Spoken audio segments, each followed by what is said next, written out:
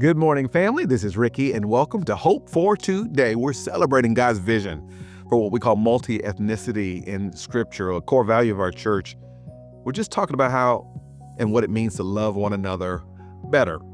I'm in Psalm 133, verses 1.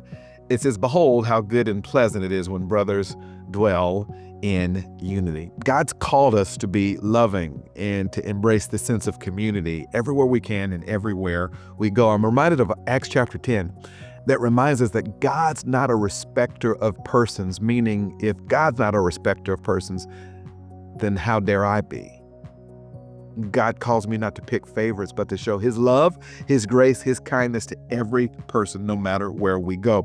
I remember when we were teenagers and had learned how to drive and to go out and would have on our LA Gear hiking boots and our Stonewash overalls and our IOU sweatshirts. And my mama would say, "Now, you're looking like the world, but don't act like them."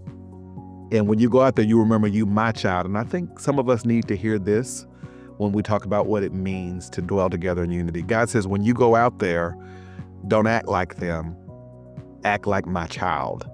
And one of the things it means to be God's child is not show favoritism to any one group over the other, but to love everyone equally. This is what God calls us to. And I heard Jesus saying, "By this shall all people know you're my disciples, by your love one for the other." That's hope for today.